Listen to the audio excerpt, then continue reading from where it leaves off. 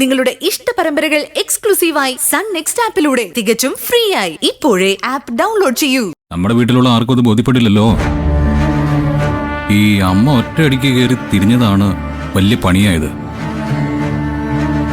അമ്മയുടെ അനുവാദമില്ലാതെ കമ്പനിയിൽ നിന്ന് 5 പൈസ എടുക്കാനാവില്ല. മൊത്തത്തിൽ ബ്ലോക്കായെന്ന് പറഞ്ഞാൽ മതിയല്ലോ. വേറെ ഏതെങ്കിലും പ്രോജക്റ്റിൽ നിന്നും മറിക്കാൻ പറ്റില്ലേ? പറ്റില്ല നിധി. എല്ലാത്തിനും ഷെയർ ഹോൾഡേഴ്സ് ഉണ്ട്. അവരുടെ എല്ലാ അപ്രൂവലും വാങ്ങിക്കൊണ്ട് മുന്നോട്ട് പോകാൻ പറ്റുമോ? ലാൻഡ് വാങ്ങാൻ പറ്റുമോ? ഒന്നും നടക്കില്ല.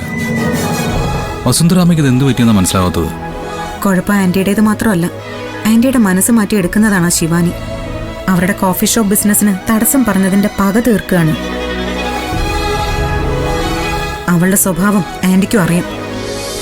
അതെങ്കിലും ആന്റി മനസ്സിലാക്കണ്ടേ? ശരി, വെറുതെ പട്ടിണി കിടക്കണ്ട. വാ, ഗൗതം വന്ന് എന്തെങ്കിലും കഴിക്കേ. എനിക്ക് കഴിക്കാൻ പറ്റില്ല നിധി. എന്റെ മനസ്സിൽ ഞാൻ കെട്ടിവെച്ചിരുന്ന പ്രതീക്ഷകളുടെ കൊട്ടാരമാണ് ഒറ്റയടിക്ക് തകർന്നു വീണത്. ആ 100 ഏക്കർ ഭൂമി വാങ്ങുന്നതും അത് ഡിവൈഡ് ചെയ്ത് അതിൽ റോഡുകളും പാർക്കും ബിൽഡിങ്ങുകളും ഒക്കെ ചെയ്യുന്നത് മാത്രമായിരുന്നു എൻ്റെ മനസ്സിൽ. എനിക്കറിയോ, അസാധ്യ ഐഡിയ ആയിരുന്നു. മൊത്തം 3 എൻട്രൻസ്, പിന്നെ ഒരു ഓഡിറ്റോറിയം, സ്കൂളുകൾ, പിന്നെ ഒരു മിനി ഷോപ്പിംഗ് മാൾ, ഒരു ഹോസ്പിറ്റൽ. അങ്ങനെ ഒരു ഹൈടെക് തോട്ടായിരുന്നു. പറഞ്ഞാൽ ആർക്കെങ്കിലും മനസ്സിലാവണ്ടേ? ഇനിയിപ്പോ എന്ത് ചെയ്യുമെന്ന് ആലോചിക്കുക ഞാൻ. ഒരു വഴിയും തെളിഞ്ഞു വരുന്നതുമില്ല. ഈ പ്രോജക്റ്റ് തന്നെ ഉപേക്ഷിക്കേണ്ടി വരുമെന്നുള്ളൊരു ടെൻഷനില്ല ഞാൻ. അതെ, ഇതൊരു ഉഗ്രം പ്രോജക്റ്റാ. ഗൗതം വിചാരിച്ച ഇത് നടത്തിയെടുക്കാൻ പറ്റുമെന്നുള്ള ആത്മവിശ്വാസം എനിക്കുണ്ട്. എന്താ നിധി പറയുന്നത്? ചെറിയ എമൗണ്ടല്ലല്ലോ. ആ ഭൂമി വാങ്ങിക്കണമെങ്കിൽ തന്നെ എത്ര കോടി വേണമെന്നറിയോ? അത്ര എമൗണ്ട് ഒന്നും നമുക്ക് പെട്ടെന്ന് അറേഞ്ച് ചെയ്യാൻ പറ്റില്ല.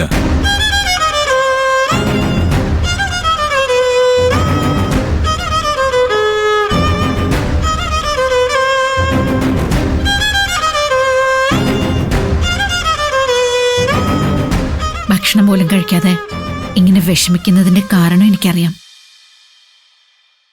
സങ്കടപ്പെടാതിരിക്കെ. എന്തെങ്കിലും ഒരു വഴി ദൈവം കാണിച്ചു തരും.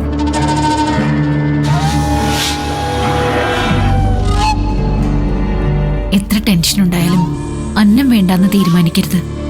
കാരണം ഭക്ഷണം ഈശ്വരനാണ്. ആ ഈശ്വരനോട് വെറുപ്പ് കാണിക്കരുത്.